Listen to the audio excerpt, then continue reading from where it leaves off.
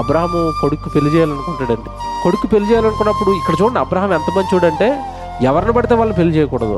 ఒక మంచి పిల్లని తీసుకురావాలని తన దగ్గర ఉన్న దాసుడిని పంపించి ఒక కుమార్తెను తీసుకురమ్మని పంపిస్తాడు. అలాగ వచ్చిన ఒక కుమార్తె రెబకా, మంచి పిల్లండి. నిజంగా ఎంత గొప్పదంటే రెబకా, దేవుడు నిజంగా చెప్పాను కదా, ఒక నీతిమంతుడిని సరిగా నిలబెట్టాలనుకున్నప్పుడు అతని భవిష్యత్తును చూసండి ఒక మంచి వివాహాన్ని జరిగిస్తాడు.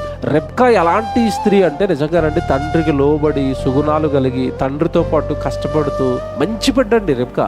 ఇస్సాకుతో వెళ్ళిపోయిన తర్వాత అంటే నిజంగా ఇక్కడ వండర్ఫుల్ సంగతి ఏంటంటే, అప్పటికి ఇస్సాకు పరిస్థితి ఎలా ఉందంటే, ఇస్సాకు కనేటప్పటికండి శారమ్మకు కూడా చాలా వయసు ఉంది. వయసు ఉడిగిపోయిన తర్వాత కదండి ఇస్సాకు పుట్టాడు. లేక లేక లేక లేక లేక లేక లేక లేక లేటుగా పుట్టిన కొడుకుని తల్లి ఎలా పెంచి ఉంటుంది మీరు బాగా ఆలోచించండి. ఎలా పెంచుతుంది? చాలా అల్లారు ముద్దుగా, గారంగా, ప్రేమగా పెంచిందండి. ఎప్పుడైతే తల్లి చచ్చిపోయిందో పిచ్చుడిగా అయిపోయాడు ఇస్సాకు. అసలు తల్లి లేని లోటు తీర్చడం అనేది అసాధ్యం. అందులోని గారాభంగా పెంచింది కదా ఇస్సాకు కోసమే. అంతలా ప్రేమించిన తల్లి చచ్చిపోగానే ఒంటరోడైపోయాడండి. దిక్కు లేదు, మనస్తాపం, ఏమంటే మనోదుఖం. ఇలాంటి పరిస్థితుల్లో ఇస్సాకుంటే నిజంగానే ఒక అద్భుతమైన మాట బైబిల్లో రాయబడుతుంది. ప్రతి ఆడపిల్ల గనక రెబ్కాలాగా ఆలోచిస్తేనండి ప్రతి కుటుంబం కూడా అనండి ఈరోజు దైవిక కుటుంబాలుగా మారిపోతాయండి. ముందు స్త్రీలు బాగా నేర్చుకోవాలి రెబ్కాను బట్టి. తాను వచ్చే టైంకి తన కుటుంబంలో ఏం జరుగుతుందో క్యాచ్ చేయగలిగింది. మా అత్తయ్య ఉండేదా ఒకప్పుడు, చచ్చిపోయిందా, ఒక పక్క నా మామయ్య అబ్రహాం గారు ఇంత దారుణంగా ఉన్నాడా, నా భర్త ఈ స్థితిలో ఉన్నాడా అని ఏం చేసింది తెలుసండి ఆవిడ. ఒక వచనం చదివిస్తాను చూడండి, 62వ వచనానికి రండి. 63, 24, 63 రెబ్కా గురించి అండర్లైన్ చేసుకోండి. ప్రతి ఆడపిల్ల ఇలా ఆలోచించగలిగితే ప్రతి కుటుంబం చాలా బాగుంటుందండి. రెబ్కా రాకతో ఏం జరిగిందట, తన తల్లి విషయమైన దుఃఖ నివారణ పొందెను. అంటే అప్పటికి దేంట్లో ఉన్నాడు చెప్పండి?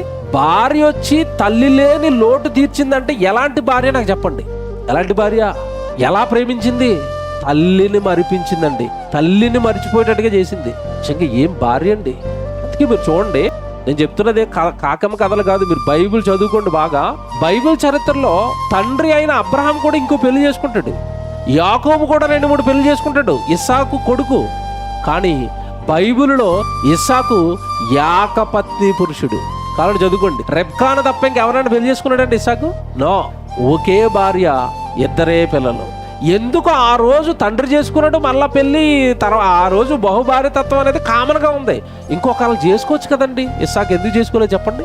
ఒకప్పుడు తాను దుఃఖంలో మునిగిపోయినప్పుడు తల్లి లేని లోటును తీర్చినా, అంటే ఇస్సాకు ఏమంటే రెబ్కాలో భార్యనే కాదు ఎవరిని కూడా చూసుకున్నాడు, తల్లిని కూడా చూసుకున్నాడండి.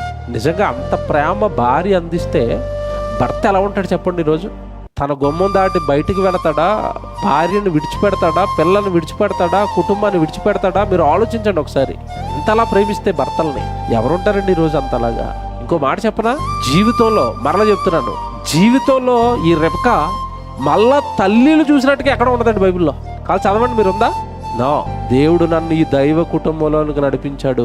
నా భర్త దుఃఖంలో ఉన్నాడు, నా భర్తను నిలబెట్టుకోవాలని ప్రేమించింది, దుఃఖ నివారణ ఇచ్చింది, సంతోషపరిచింది, బిడ్డల్ని కన్నది. ఈవిడ గొడ్రలు అయిపోద్ది. ఎవరు? రెబ్కా గొడ్రలు అయిపోద్ది. ఎప్పుడు కూడా నాకు పిల్లల్ని ఇయ్యని రెబ్కా ప్రార్థన చేయదండి. ఎవరు ప్రార్థన చేస్తారో తెలుసా? ఇస్సాకు ప్రార్థన చేస్తాడు. ప్లీజ్ అండి మా ఆవిడ గొడ్రలు అయిపోయిందండి. అంటే ఈయనకి ఎంత లవ్ చూడండి ఆవిడంటే. ఎవడు పిల్లలు లేనప్పుడు ఎవరు బాధపడతారు చెప్పండి? ఎక్కువగా స్త్రీ బాధపడాలి. అక్కడ స్త్రీ బాధ కంటే ఎవరు ఎక్కువ బాధపడిపోతూ ఉంటారు తెలుసా? నాకు దుఃఖ నివారణ ఇచ్చిందండి, మా అమ్మ లేని లోటు తీర్చిందండి, ఈవిడికి ఏంటండి పిల్లలు లేకుండా చేశారు, మంచోడు కదండి, మరి ప్రార్థన చేస్తే దేవుడు విండా ఒక్క కొడుక బిడ్డనిస్తాను అని ఒకేసారి డబలు. ఎవరు? డబల్ అండి, యాకోబు, ఏసావు.